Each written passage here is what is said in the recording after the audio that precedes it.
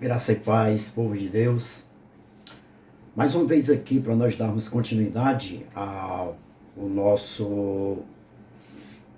nossa palestra sobre princípios de interpretação bíblica. Princípios de interpretação bíblica. Porque me veio essa preocupação de trazer alguns ensinos, algumas ajudas, né? Com relação à interpretação da Bíblia. Queridos, a gente vê tantas interpretações feitas ao bel prazer que, mesmo a gente tendo essa liberdade de interpretar a Bíblia, nos envergonha.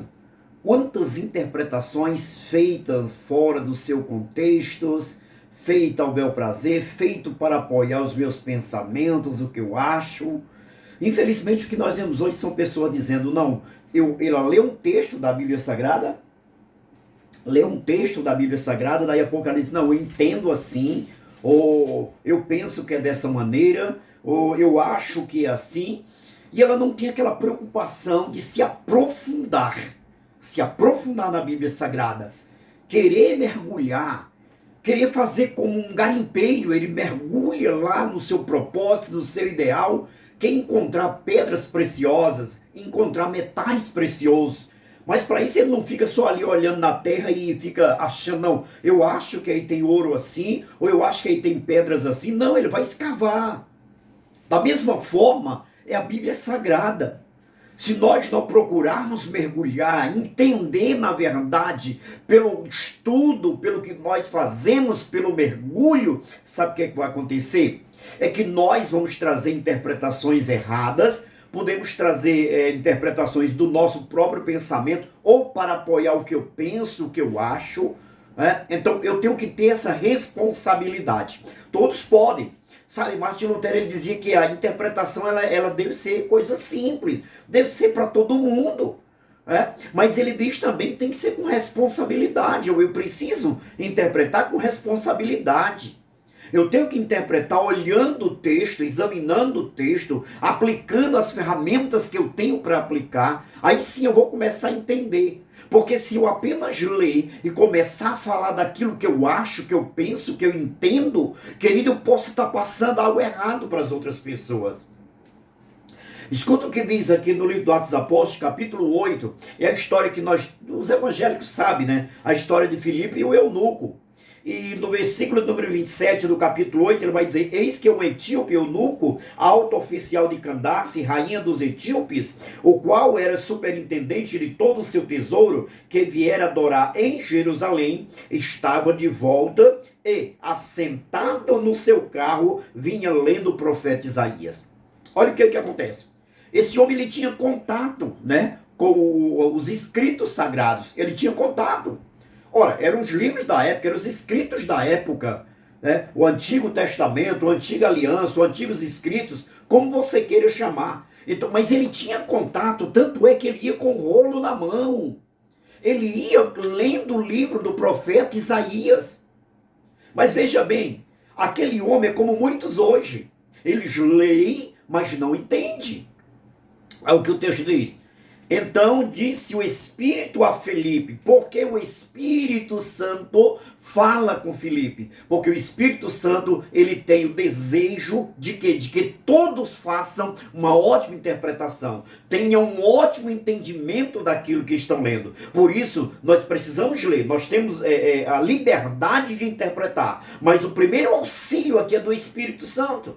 Eu preciso ter o auxílio do Espírito Santo. Para quê? Para que eu possa entender, na verdade, o que está ali. Não é somente porque eu tenho o Espírito Santo na minha vida, basta eu ler a Bíblia Sagrada e já entendi. Calma, que não é por aí. Nós vamos aprender muito, tá certo? E correndo, Filipe ouviu ler o profeta Isaías e perguntou, você compreende o que vem lendo? Aquele homem era uma autoridade.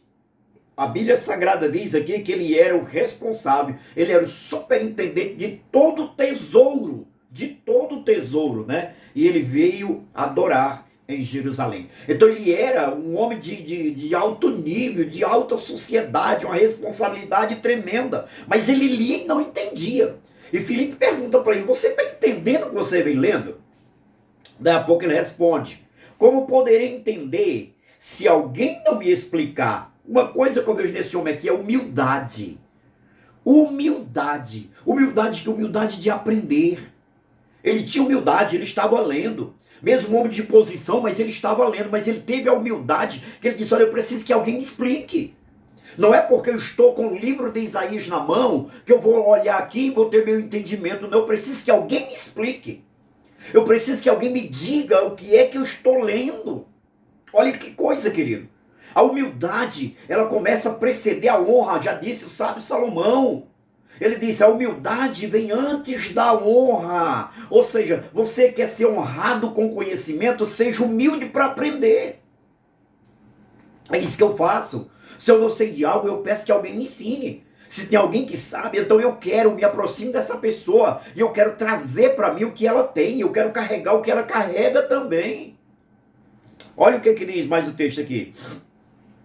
Ele respondeu, como poderei entender se alguém não me explicar?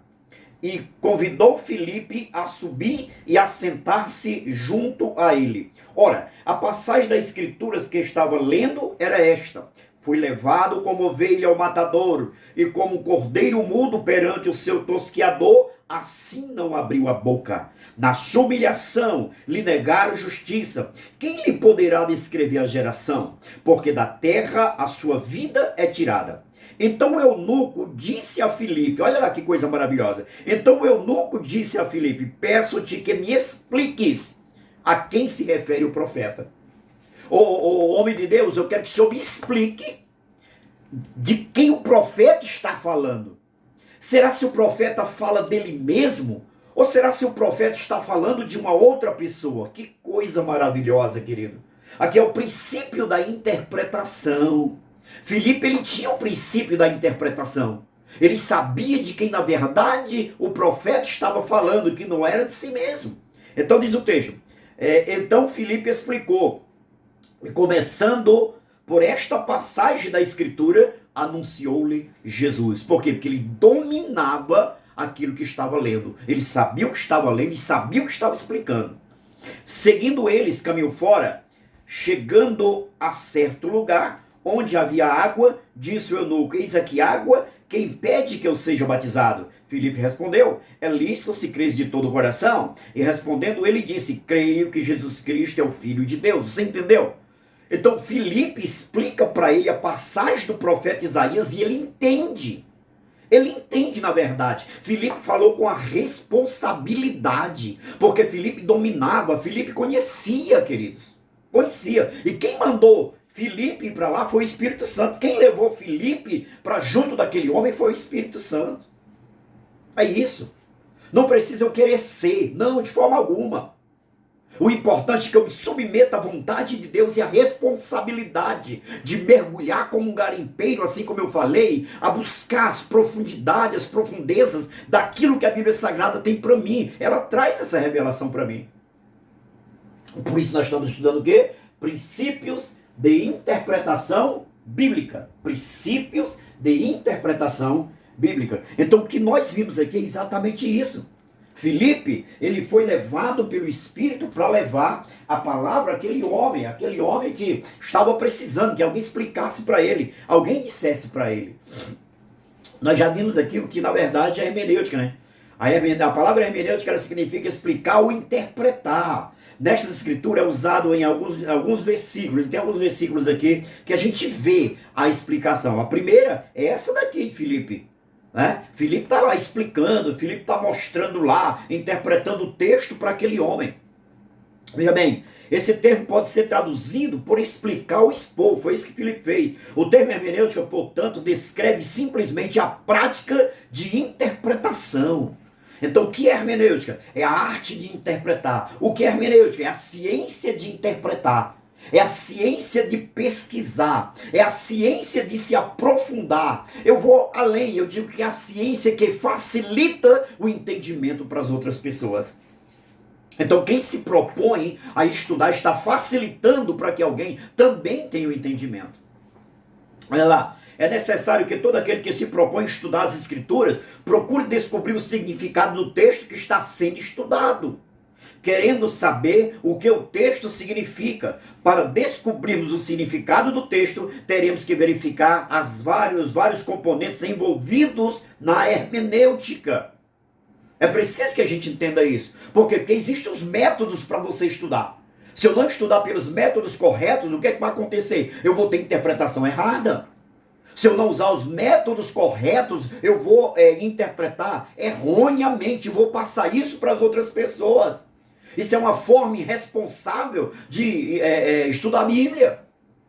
Agora escuta, é de suma importância que quando nos propomos a estudar as leis, regras e princípios de interpretação da Bíblia Sagrada, se faz necessário partir do seguinte pressuposto. E a primeira regra da hermenêutica, né, que eu gosto de ensinar essa regra como a primeira regra da hermenêutica é que eu preciso estudar a Bíblia partindo do pressuposto que ela é a autoridade suprema em questão de religião, fé e doutrina. Então, eu preciso partir desse pressuposto. Qual o primeiro pressuposto? Que a Bíblia tem autoridade. A Bíblia, ela tem autoridade. A Bíblia, ela precisa resolver os problemas que surgem no meio do povo que a tem como um manual de regra de fé. Então é com ela, é com a Bíblia Sagrada, que a gente vai lá, tem uma contenda, tem, então vai lá. Eu lembro quando eu estava dando aula no seminário, e 2 alunos lá estavam discutindo lá e tal, mas versículo tal e versículo tal não está aqui, tal. Eu digo, ei, peraí, para todos os dois aí. Sabe como é que a gente vai saber? Abrindo a Bíblia.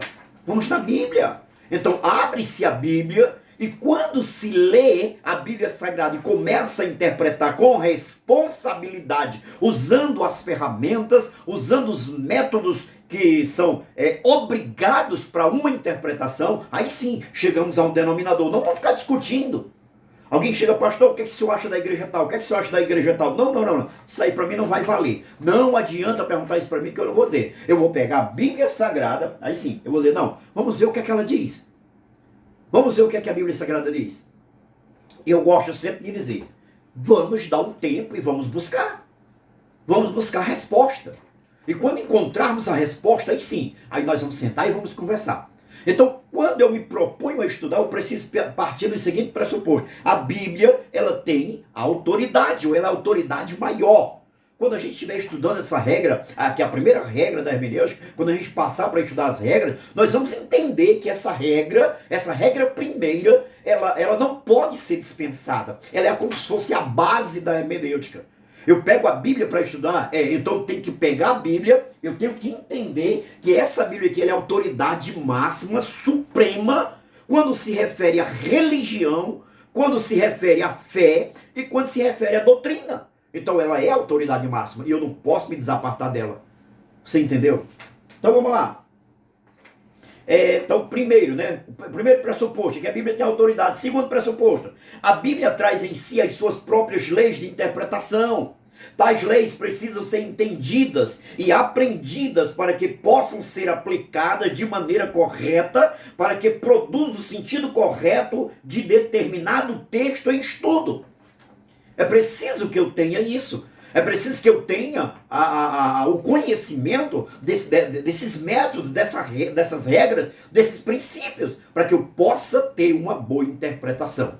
E eu não interprete ao bel prazer. Ah não, pastor, porque a minha igreja prega isso aqui. Então o que é que eu tenho que fazer? Eu tenho que entender a Bíblia dentro do que a minha igreja prega. Não. Está errado. Eu tenho que entender a Bíblia do jeito que ela é. A Bíblia tem que falar o que ela fala e acabou. Não é o que eu quero que ela fale para mim, e nem forçar a Bíblia Sagrada a falar o que eu quero ouvir, de forma alguma. Eu não posso pular textos, porque esses textos vão de encontro às minhas doutrinas, de forma alguma. Eu tenho que ler a Bíblia como ela é. Mais ainda, a finalidade principal da interpretação é descobrir que sentido ela tinha para o autor ao escrevê-la. Mais ainda, podemos aprender verdades espirituais com a linguagem, com a língua original, né? Então, saber, a gente começa a olhar para o autor, eu gosto sempre de dizer assim, a gente tem que se transportar para a mente do autor, né? E começar a perguntar para ele, e o que você tinha em mente quando você escreveu isso aqui? Aí o que eu faço? Eu vou lá na língua original, se é hebraico eu vou no hebraico, se é grego eu vou no grego, se é aramaico eu vou no aramaico. Então o que eu faço? Eu vou lá na língua, pego a palavra e vejo na época em que ele escreveu.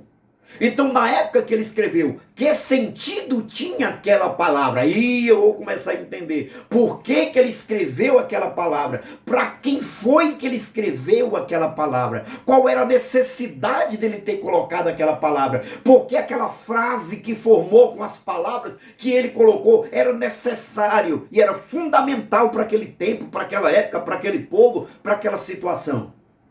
Eu estou começando a entender, não é? Então, vamos lá. Não podemos desprezar estas pressuposições, pois para o estudo saudável da Bíblia Sagrada, elas fazem uma expressiva diferença. Todos os que se propõem a estudar, interpretar e aplicar a Bíblia corretamente são responsáveis, pois estão lidando com o destino eterno de pessoas. Estou já encerrando aqui. Olá, Martim Lutero, ele defendeu o princípio hermenêutico de que a escritura é sua própria intérprete. Isso aqui é a regra 2 da hermenêutica. A Bíblia é intérprete de si mesma, ou seja, a Bíblia interpreta a própria Bíblia. Ela é intérprete de si mesma, a segunda regra. Mas ainda não estamos estudando regra, tenha calma, tá bom? Isso significa que não é o intérprete que confere sentido ao texto, ou que o texto é compreensível. Antes, é o texto que deve poder dizer aquilo que tem a dizer e partir de si mesmo.